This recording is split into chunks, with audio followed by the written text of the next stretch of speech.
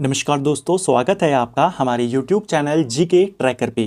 देखिए फ्रेंड, आज के वीडियो में हम बात करेंगे जो हमारी एक सीरीज़ है इंडियन इकोनॉमी सीरीज़। जैसे आप जानते हैं, इस सीरीज़ में हम पूरी इंडियन इकोनॉमी को डिटेल में टॉपिक वाइज, चैप्टर वाइज यहाँ पे कवर कर रहे हैं। हमारी इस सीरीज़ की अभी तक हम 13 क्लासेस कवर कर चुके हैं, जिसमें हमने भारतीय अर्थव्यवस्था के बारे में सामान्य जानकारी को देखा, मानव विकास सूचकांक के बारे में पढ़ा, राष्ट्रीय आय के बारे में पढ़ा, भारत में हुए भूमि सुधारों के बारे में, अंग्रेजी काल में जो भूमि व्यवस्थाएं थी, चाहे वो रैयतवाड़ी हो, चाहे वो महलवाड़ी हो, जमींदारी व्यवस्था हो, उनके बारे में पढ़ा, भारत में गरीबी, भारत में बेरोजगारी, उसके प्रकार, इन सब के बारे में पिछली क्लासेस में हम डिटेल से जान चुके हैं।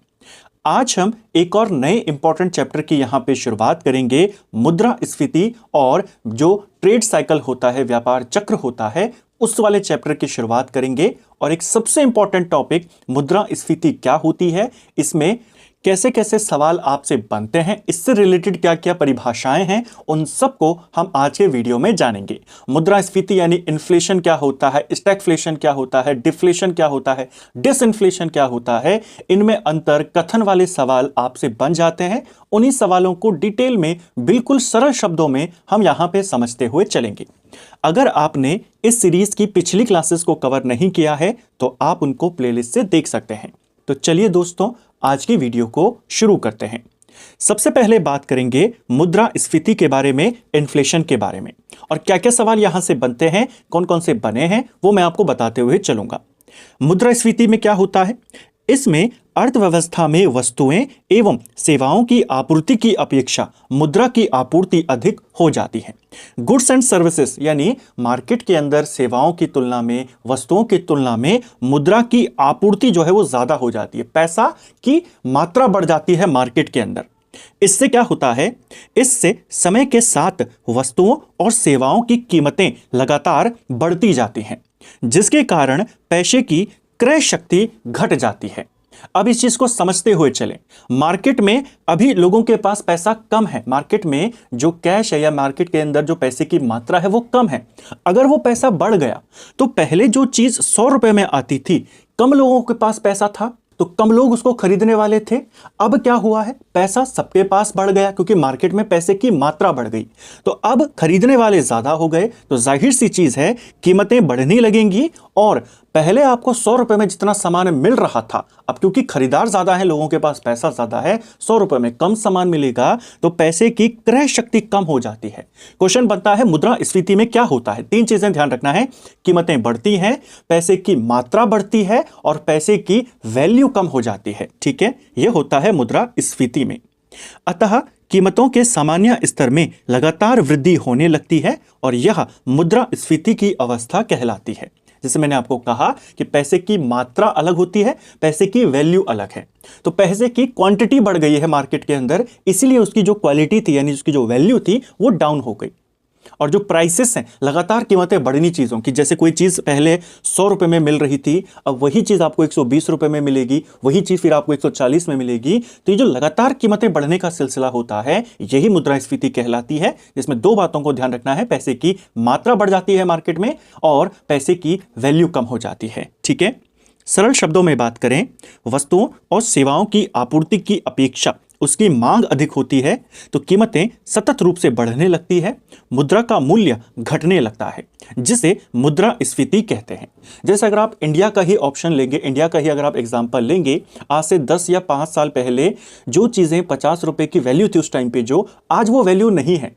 क्यों? क्योंकि लोगों की एक तो आमदनी बढ़ी है, दूसरा लोगों ने खरीदने की ज्यादा कोशिशें करी हैं। लोग अब ज्यादा चीजें खरीदना चाहते हैं क्योंकि पहले पैसा कम था, अब धीरे धीरे लोगों के पास पैसा है तो डिमांड बढ़ने लगी, मांग बढ़ी है, लेकिन जो आपूर्ति है पीछे से वो कम हो रही है। तो क्या होगा? कीमतें लगातार बढ़ने लगेगी। यही होती है मुद्रास्फीति। मुख्य कारण क्या है मुद्रास्फीति? मांग बड़ी हो जाती है आपूर्ति से, कीमतें बढ़ने लगती है, पैसे की क्रय शक्ति कम हो जाती है। जो वैल्यू 100 रुपए की आज से 10 साल 20 साल पहले थी, वो वैल्यू आज 100 रुपए की नहीं है, तो पैसे की वैल्यू कम हो गई है। यही है मुद्रास्फीति, इन्फ्लेशन।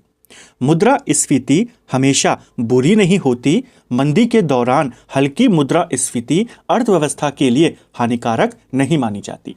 मुद्रास्फीति को हमेशा ही बुरा नहीं माना जाता है।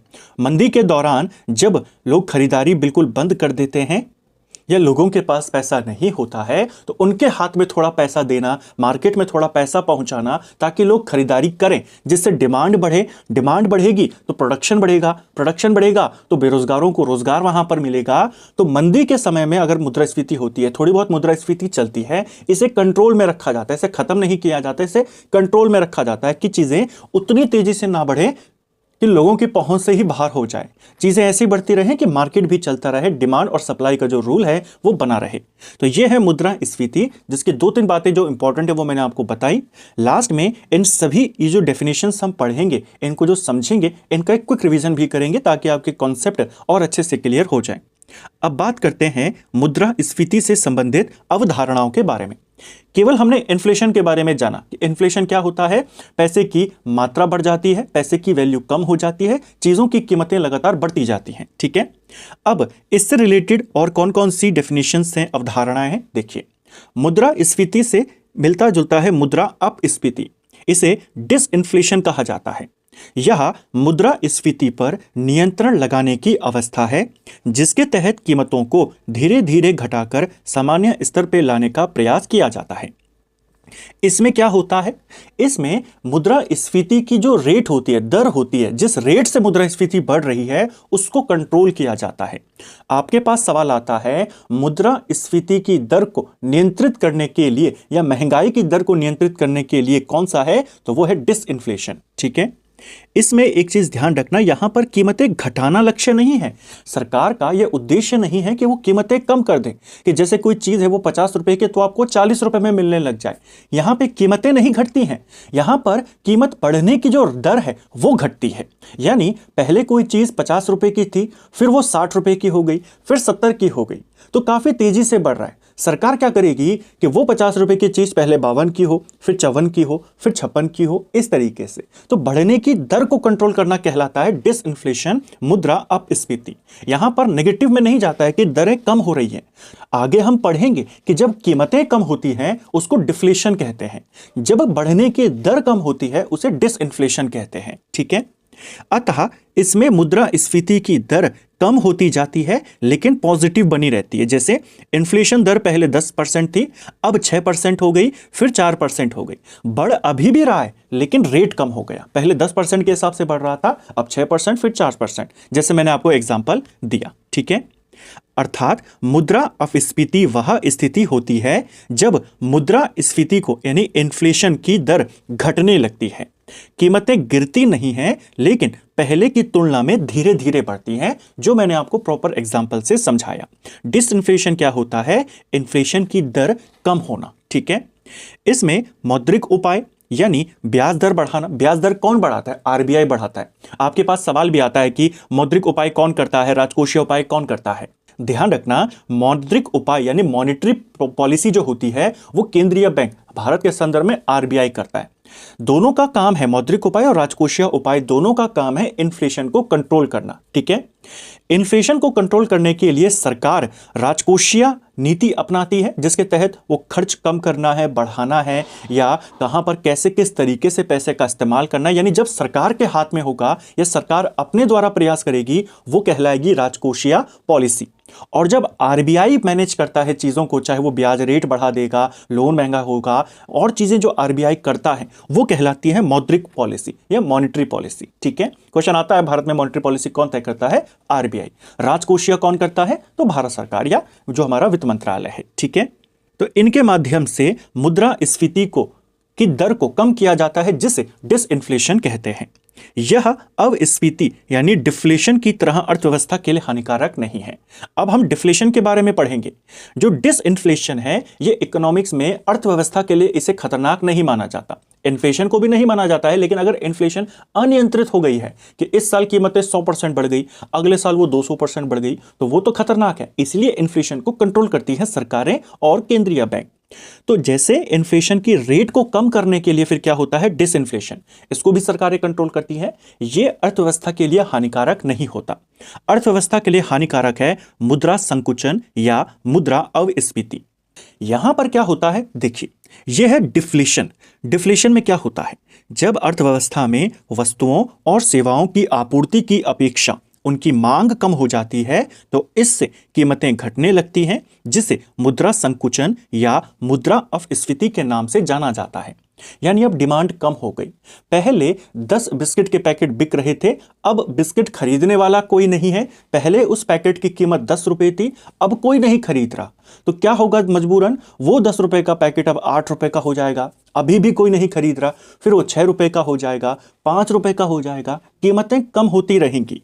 तो जब मांग कम हो जाती है, मार्केट में पैकेट उपलब्ध हैं, यहां पर है कि वस्तुएं और सेवाओं की आपूर्ति ज्यादा है लेकिन खरीदार नहीं है। इससे क्या होता है, इसे मुद्रा संकुचन या मुद्रा अपस्फीति यानी डिफ्लेशन कहते हैं। यह अवस्था उस समय उत्पन्न होती है जब वस्तुओं और सेवाओं का उत्पादन मौद्रिक आय की तुलना में तेजी से बढ़ता है। यानी इनकम उतनी नहीं हो रही है, लोग खरीदारी उतनी नहीं कर रहे हैं जितनी तेजी से प्रोडक्ट्स बन रहे हैं। जैसे मैंने आपको एग्जांपल दिया कि 10 बिस्कुट के पैकेट थे, पहले खरीदने वाले ज्यादा थे तो वो बिक जाते थे, अब नहीं बिक रहे हैं। मांग कम हो गई है लेकिन क्वांटिटी अब बढ़ी हुई है, अभी भी मार्केट में मौजूद है, खरीदार कोई नहीं है। तो डिफ्लेशन में क्या होता है, बाजार में सामान बहुत है लेकिन खरीदने वाले कम हैं, तो दुकानदार, ये जो कंपनीज हैं, वो सामान बेचने के लिए कीमतें घटा देते हैं।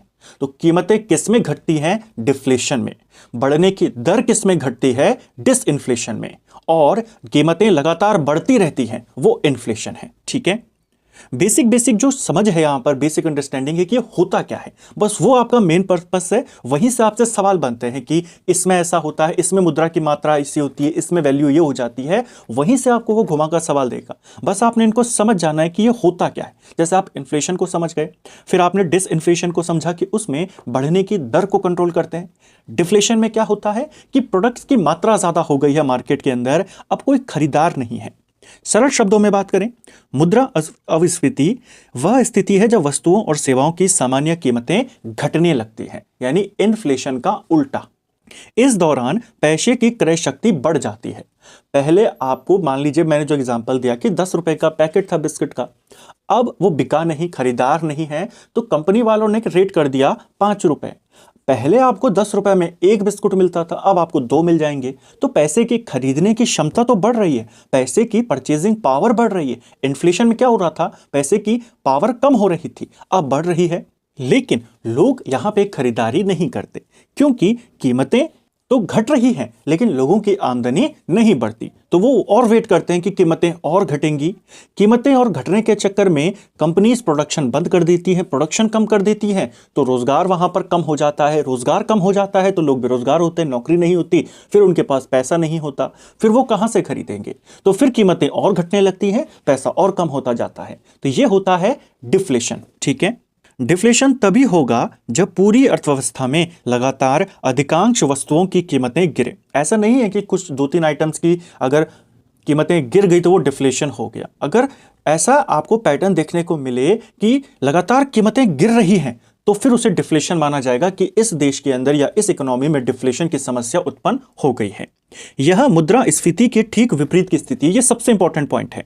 सवाल आता है पेपर में, इनमें से कौन मुद्रास्फीति के ठीक विपरीत है? ऑप्शन दे देगा डिसइन्फ्लेशन, डिफ्लेशन, स्टैगफ्लेशन या स्क्यूफ्लेशन। तो अब आपको पता है डिफ्लेशन। डिसइन्फ्लेशन नहीं है उसका उल्टा, डिसइन्फ्लेशन उसको कंट्रोल करता है, इन्फ्लेशन का उल्टा है डिफ्लेशन। ठीक है, यह स्थिति मुद्रास्फीति की दर शून्य से नीचे व नकारात्मक होती है। डिफ्लेशन में क्या होता है, जो इन्फ्लेशन की दर होती है, मुद्रास्फीति की जो रेट यानी महंगाई जो दर होती है वो नेगेटिव में आ जाती है। ये भी सवाल आ जाता है कि इनमें से किस में महंगाई दर नेगेटिव में जा सकती है, वो डिफ्लेशन में होता है। ठीक है, यानी कीमतें पहले 50 से 52 हो रही थी, अब कीमतें 50 से 48 हो गई, तो महंगाई दर नेगेटिव में चली गई। ये डिफ्लेशन में होता है, ठीक है। तो इसमें कीमतें कम होती रहती हैं। इस प्रकार मुद्रा अविस्फीति यानी डिफ्लेशन में कीमतें तो गिरती हैं, लेकिन उत्पादन और मुद्रा का मूल्य बढ़ता रहता है। उत्पादन भी बढ़ रहा है, मूल्य भी बढ़ रहा है, पैसे का क्रय शक्ति बढ़ रही है, लेकिन लोगों के पास पैसा नहीं है क्योंकि लोग खरीदारी नहीं कर रहे। खरीदारी नहीं कर रहे हैं तो लोग बेरोजगार हो रहे हैं वहां से, फैक्ट्रियों से, और बेरोजगार हो रहे हैं तो पैसा नहीं है, पैसा नहीं है तो खरीदारी नहीं है। ये एक साइकिल चलता रहता है, ठीक है। इसलिए यह स्थिति डिफ्लेशन दिखने में अच्छी लगती है, लेकिन अर्थव्यवस्था के लिए खतरनाक है। यह भी सवाल आता है कि इनमें से कौन सा अर्थव्यवस्था के लिए ज्यादा हानिकारक है, इन्फ्लेशन है, डिसइन्फ्लेशन है, डिफ्लेशन है? तो डिफ्लेशन है। देखने में तो अच्छा लगता है कि अच्छा है, कीमतें घट रही हैं, लेकिन वो ज्यादा खतरनाक होता है बजाय इन्फ्लेशन के, ठीक है। क्योंकि अर्थव्यवस्था के अंदर जो चीजें ग्राहकों के लिए, उपभोक्ताओं के लिए, कंज्यूमर के लिए अच्छी है, वो जरूरी नहीं है कि मार्केट के लिए भी अच्छी हो। कीमतें घटना और लगातार घटना ये मार्केट के लिए अच्छा नहीं होता, क्योंकि एक टाइम के बाद जो कंपनीज हैं वो बंद होनी शुरू हो जाएंगी। कीमतें ज़्यादा बढ़ जाएं तो भी दिक्कत होती है, कीमतें घटने लगे तो भी दिक्कत होती है, ठीक है। क्योंकि इसमें क्या होता है, जैसे मैंने आपको कहा, लोग खरीदारी को रोक देते हैं, जिससे निम्न प्रभाव होते हैं। डिफ्लेशन का नुकसान क्या है? कीमतें घट रही हैं तो नुकसान क्या है? मांग गिर जाती है। अब लोग खरीदारी नहीं कर रहे तो डिमांड कम है, तो व्यापार और रोजगार घटने लगता है, कंपनियों की बिक्री और मुनाफा गिरने लगता है, बेरोजगारी बढ़ने लगती है। अगर मुनाफा गिरेगा तो लोग फिर अपनी कंपनियों से लोगों को निकालना शुरू करेंगे। बेरोजगारी की वजह से मांग और घटने लगती है, सरकार की टैक्स आय घटने लगती है, क्योंकि जब चीजें बिकी नहीं रही हैं तो सरकार को टैक्स कहां से मिलेगा। तो ये सारे नुकसान होते हैं डिफ्लेशन के, ठीक है। इसीलिए डिफ्लेशन को छुपा हुआ जहर कहा जाता है, ठीक है। इसमें देखने में तो लगता है कि चलो अच्छा हो रहा है, लेकिन ये चीजें हानिकारक होती हैं।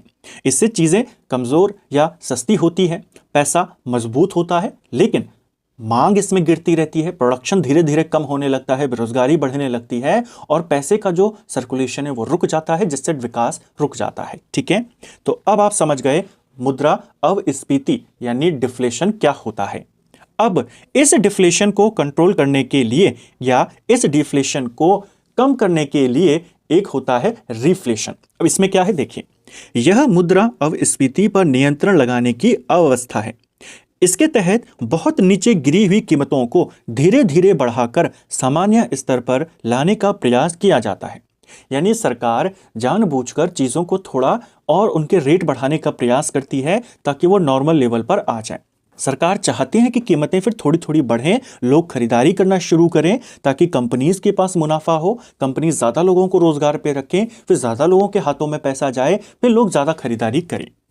अर्थात मुद्रा संस्फीति यानी रिफ्लेशन वह स्थिति है जब मंदी या मुद्रा अविस्फीति डिफ्लेशन के बाद सरकार और केंद्रीय बैंक जानबूझकर मुद्रास्फीति को बढ़ाने की कोशिश करते हैं ताकि अर्थव्यवस्था को दोबारा गति दी जा सके। मुद्रास्फीति में क्या होता है? मुद्रास्फीति आपने पढ़ी है, पैसे की मात्रा बढ़ा देते हैं, लोगों के हाथों में पैसा देते हैं कि वो खर्च करें। खर्च करेंगे तो प्रोडक्ट्स खरीदेंगे, प्रोडक्ट्स खरीदेंगे तो फैक्ट्री में ज़्यादा बनेगा तो ज़्यादा लोगों को रोजगार मिलेगा, वो साइकिल चलने लगती है फिर, ठीक है। इसके तहत करों में कटौती की जाती है, ब्याज दरों में कमी की जाती है ताकि मुद्रा की आपूर्ति को बढ़ाया जाए। यहां पर जानबूझकर बढ़ाया जाता है नियंत्रित तरीके से। अगर अनियंत्रित तरीके से बढ़ गई तो फिर मुद्रास्फीति आ जाएगी। यहां पर कंट्रोल मुद्रास्फीति को किया जाता है कि इन्फ्लेशन रेट थोड़ा सा बढ़ जाए, उसको कहते हैं रिफ्लेशन। इस प्रकार की जाने वाली अस्थायी वृद्धि मुद्रा संस्फीति के रूप में जानी जाती है। यानी टेम्पररी अगर आप मुद्रास्फीति को बढ़ा रहे हैं वो रिफ्लेशन यानी मुद्रा संस्फीति कहलाता है। यह भी एक इंपॉर्टेंट पॉइंट है, ध्यान रखना है, ठीक है। तो हमने 4 परिभाषाएं पढ़ी, इन्फ्लेशन, डिसइन्फ्लेशन, डिफ्लेशन और रिफ्लेशन, ठीक है। अब एक होता है स्टैगफ्लेशन, जिसे हम निस्पंदन या मंदीगत मुद्रास्फीति कहते हैं। जब अर्थव्यवस्था में मंदी और स्फीति दोनों की स्थितियां साथ साथ दिखाई देती हैं। मंदी क्या होता है कि बिल्कुल लोगों के पास रोजगार नहीं है, पैसे की मात्रा नहीं है, लोगों के पास पैसा भी नहीं है, कंपनीज वगैरह बंद हो रही है। स्फीति में क्या होता है कि प्रोडक्ट्स कम है, डिमांड ज्यादा है, पैसे की मात्रा ज्यादा है, जो हमने पढ़ा था मुद्रास्फीति की परिभाषा में। जब ये दोनों साथ साथ में होने लगे कि कीमतें भी बढ़ रही हैं, बेरोजगारी भी बढ़ रही है, आमतौर पे हमने देखा कि जब कीमतें बढ़ती हैं तो सप्लाई ज़्यादा होने के लिए ज़्यादा लोग फैक्ट्रीज में काम करते हैं, ज़्यादा लोगों को रोज़गार मिलता है, जिससे बेरोज़गारी कम होती है। लेकिन ऐसी कंडीशन जिसमें कीमतें भी बढ़ रही हैं, बेरोज़गारी भी बढ़ रही है, ऐसी कंडीशन को स्टैगफ्लेशन कहते हैं, जब मंदी और स्फीति दोनों साथ में होती हैं। अर्थात इसमें बेरोज़गारी और मुद्रास्फीति दोनों साथ साथ हो तो उसे कहते हैं स्टैगफ्लेशन। ये बहुत इंपॉर्टेंट है, ये भी कई बार आता है। निस्पंदन की स्थिति में मुद्रास्फीति की दर ऊंची होती है, यानी इन्फ्लेशन बढ़ रहा है लगातार। आर्थिक समृद्धि की दर नीचे, इकोनॉमिक ग्रोथ की जो दर है वो नीचे हो जाती है। बेरोजगारी की दर स्थिर रूप से ऊंची बनी रहती है। बेरोजगारी भी हाई है, इन्फ्लेशन भी हाई है। हमने जब मुद्रास्फीति के बारे में पढ़ा था, बेसिक है, कंपैरिजन करते हुए एग्जांपल के थ्रू मैं आपको समझा रहा हूं ताकि आपको बेसिक नॉलेज यहां पर मिल सके। ये होते क्या, इन्फ्लेशन में क्या था कि डिमांड सादा थी, सप्लाई कम थी, लोग ज्यादा चीजें खरीदना चाहते थे, लोगों के हाथ में पैसा था, ठीक है। यहां पर लोगों के पास पैसा भी नहीं है, महंगाई भी ज्यादा है, तो ऐसी स्थिति को कहा जाता है। यहां पे कीमतें घट नहीं रही हैं, कीमतें बढ़ भी रही हैं लगातार, और बेरोजगारी भी बढ़ रही है साथ साथ, ना इकोनॉमिक ग्रोथ हो रही है। तो ऐसी कंडीशन को निस्पंदन या मंदीगत मुद्रास्फीति या स्टैगफ्लेशन के नाम से जाना जाता है, ठीक है। इसे नियंत्रित करना कठिन होता है क्योंकि जहां बेरोजगारी को दूर करने के लिए मांग में वृद्धि हेतु विस्तारक राजकोषीय उपाय किए जाते हैं, वहीं दूसरी ओर स्फीति के समाधान के लिए संकुचनकारी नीतियां अपनाई जाती हैं। देखिए, स्टैगफ्लेशन को नियंत्रित करना बहुत मुश्किल होता है कि आप कैसे करें। इसमें दो चीजें साथ साथ बढ़ रही हैं, इसमें महंगाई भी बढ़ रही है और बेरोजगारी भी बढ़ रही है। अगर आप बेरोजगारी को कंट्रोल करने जाओगे तो बेरोजगारी को कम करना है तो क्या करना पड़ेगा, सरकार को पैसा देना पड़ेगा मार्केट में लोगों के पास ताकि वो खर्च करें। खर्च करेंगे, खरीदारी करेंगे तो रोजगार बढ़ेगा, रोजगार बढ़ेगा तो उनको नौकरियां वहां पर मिलेंगी, तो उनको ऑटोमेटिकली उनकी बेरोजगारी दूर हो जाएगी। तो सरकार को क्या करना पड़ेगा, मार्केट में पैसा बढ़ाना पड़ेगा, यानी टैक्स घटाना पड़ेगा। अब महंगाई कम करनी हो तो क्या होगा, महंगाई कम करनी है तो लोगों के हाथों से पैसा कम करना होगा ताकि ज्यादा लोग खरीदारी करने के लिए ना निकलें। जैसे मान लीजिए एक आदमी है मार्केट के अंदर और एक दूसरा आदमी, एक ए है और एक बी है, ठीक है। अब ये आदमी बेरोजगारी से परेशान है, ये महंगाई से परेशान है। अब सरकार इस कंडीशन में क्या है, क्योंकि ये बेरोजगारी से परेशान है, ये महंगाई से, तो अभी मार्केट के अंदर स्टैगफ्लेशन की स्थिति बन गई है। अब सरकार इस बेरोजगार का अगर सोल्यूशन करती है तो सरकार को इसके ऊपर जो टैक्स लगने वाले हैं, मार्केट में जो टैक्स लगते हैं या हाथों में पैसा जो दिया जाता है वो दिया जाएगा ताकि ये आदमी खरीदारी करे या और लोग खरीदारी करें और जो फैक्ट्री है वहां पर ज्यादा प्रोडक्शन हो, फिर इस आदमी को नौकरी मिल जाए। तो सरकार ने मार्केट में पैसा बढ़ा दिया, ठीक है। ये आदमी महंगाई से परेशान है, मार्केट में पैसा बढ़ गया, ये पहले से ही परेशान था, अब खरीदार वाले और आ गए, 3-4 लोग औरों के पास पैसा आ गया, वो भी अब खरीदार हो गए, तो चीजें और बढ़ गई। तो बेरोजगारी आपने कंट्रोल करने की कोशिश करी, महंगाई और बढ़ गई। महंगाई कंट्रोल करने जाओगे कि मार्केट में पैसा कम हो, लोग ज्यादा खरीदारी ना करें, तो ये तो बेरोजगारी रहेगा। तो ये स्थिति होती है स्टैगफ्लेशन में, महंगाई भी होती है, बेरोजगारी भी होती है, ठीक है। इसीलिए इसको नियंत्रित करना मुश्किल होता है क्योंकि अगर आप बेरोजगारी हटाने का काम करेंगे, यानी मार्केट में पैसा ज्यादा देने का काम करेंगे, तो महंगाई बढ़ाएगी, महंगाई बढ़ेगी, वहां पे महंगाई घटाने का उपाय करेंगे, यानी मार्केट में पैसा कम करने की कोशिश करेंगे, तो बेरोजगारी बढ़ जाएगी, ठीक है। इस स्थिति में बेसिकली एक समय के बाद अर्थव्यवस्था जो है देश की वो ठहर जाती है, अब उसमें कुछ भी करना मुश्किल हो जाता है। इसीलिए सरकार इन्फ्लेशन को स्टार्टिंग से कंट्रोल करने की कोशिश करती है।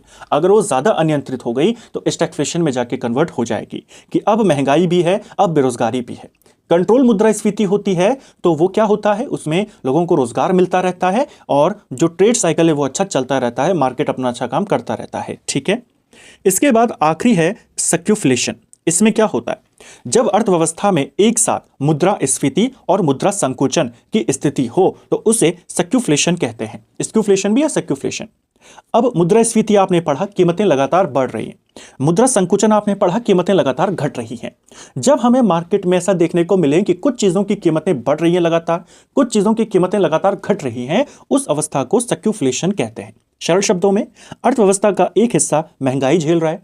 मान लीजिए एक सेक्टर है, जैसे मोबाइल सेक्टर है, वहां पर कीमतें मोबाइलों की लगातार बढ़ती जा रही है, तो वहां तो इन्फ्लेशन आ गया।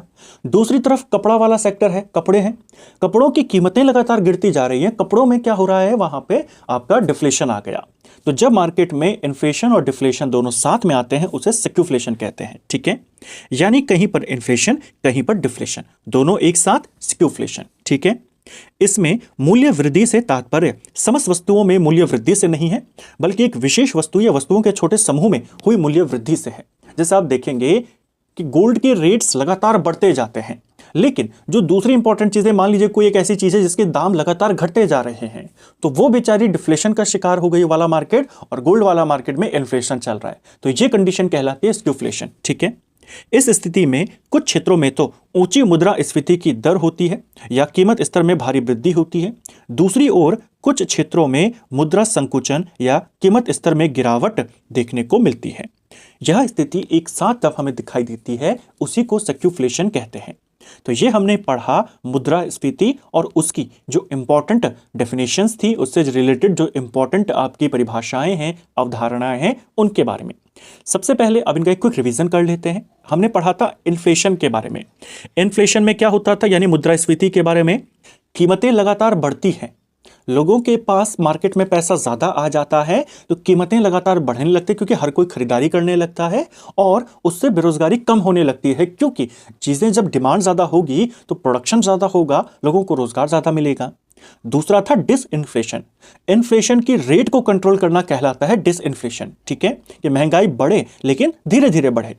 तीसरा था डिफ्लेशन, इसमें कीमतें घटने लगती हैं, इन्फ्लेशन का उल्टा।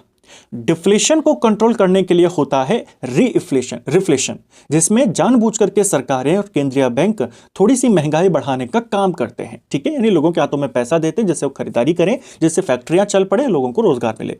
फिर आता है स्टैगफ्लेशन, जिसमें मंदी और मुद्रास्फीति साथ साथ होती है, यानी बेरोजगारी भी है और महंगाई भी है, दोनों साथ साथ बढ़ती हैं। और चौथा हमने बाद में लास्ट में हमने पढ़ा स्क्यूफ्लेशन के बारे में, कि कुछ चीजें तेजी से महंगी हो रही हैं, कुछ चीजें तेजी से सस्ती हो रही हैं। तो ये कुछ इंपॉर्टेंट डेफिनेशंस हैं जहां से सवाल बनता है। तो फ्रेंड्स, ये था हमारा आज का वीडियो, जिसमें हमने इकोनॉमिक्स के इन इंपॉर्टेंट टॉपिक्स को यहाँ पे समझने का प्रयास किया। एक एक टॉपिक को यहाँ से कैसे सवाल बनते हैं, ये क्या है, आसान भाषा में एग्जाम्पल के माध्यम से मैंने आपको समझाने का प्रयास किया। अगली वीडियोस में हम बात करेंगे मुद्रास्फीति को मापा कैसे जाता है, मुद्रास्फीति के सूचक क्या होते हैं और अलग अलग वर्गों पर मुद्रास्फीति के प्रभाव क्या होते हैं। यहां से भी बहुत सारे सवाल बन जाते हैं। उम्मीद करता हूं आपको आज का वीडियो पसंद आया होगा। अगर आपको ये वीडियो पसंद आई है तो वीडियो को लाइक करें, चैनल पर नए हैं चैनल को सब्सक्राइब करें, अपने दोस्तों के साथ शेयर करें। वीडियो आपको कैसा लगा कमेंट बॉक्स में हमें जरूर बताएं। Thank you friends.